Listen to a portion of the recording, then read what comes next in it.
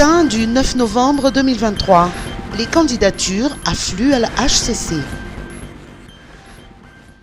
À la veille de la clôture du dépôt de candidature à la présidentielle du 9 novembre, les prétendants à la magistrature suprême de l'État se précipitent à Ambouida pour déposer leur dossier. Cet après-midi, l'ancien président Eri Rezonar-Mampiane a accédé à la requête de ses partisans et du parti HVM en déposant le sien auprès de la Haute Cour constitutionnelle. Eri Rezonar-Mampiane brigue ainsi un second mandat à la présidence de Madagascar après avoir été recalé en 2018. Il a fait une brève déclaration à sa sortie de la HCC, accompagné des ténors du HVM. Lundi, ils étaient 4 à déposer leur dossier.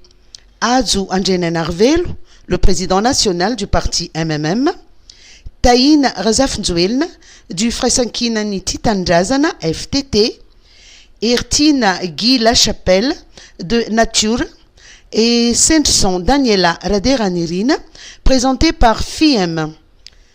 Lors d'une réunion à son quartier général d'Ankirena, Azu Anjenenarvel a appelé à l'entraide des citoyens à tourner la page et à réécrire une nouvelle histoire de la nation.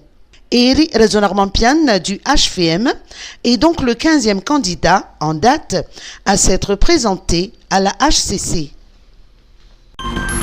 Bourse d'études en Algérie. 5 étudiants malgaches bénéficiaires. Le gouvernement algérien vient d'accorder 5 bourses d'études à des étudiants malgaches pour la prochaine année universitaire, une initiative qui s'inscrit dans les actions de coopération entre l'Algérie et Madagascar. Ces bourses visent à renforcer les liens universitaires entre les deux pays et à permettre aux étudiants malgaches d'accéder à une formation de qualité en Algérie. En ce qui concerne les études supérieures à Madagascar, c'est actuellement la période des salons d'orientation pour les nouveaux bacheliers. Le salon de l'université d'Ankassou en fait partie. Il se tiendra sur l'esplanade les 7 et 8 septembre. Éducation nationale. Une rentrée scolaire difficile pour les parents. Après 2 mois de vacances, la nouvelle année scolaire 2023-2024 a débuté hier, 4 septembre, pour la plupart des écoles primaires, collèges et lycées du territoire national.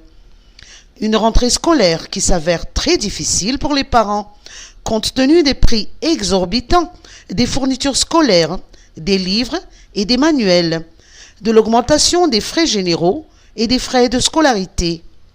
Pour les établissements publics, l'État a annoncé la gratuité de l'enseignement en prenant en charge les droits d'inscription et en dotant les élèves des EPP et de kits scolaires.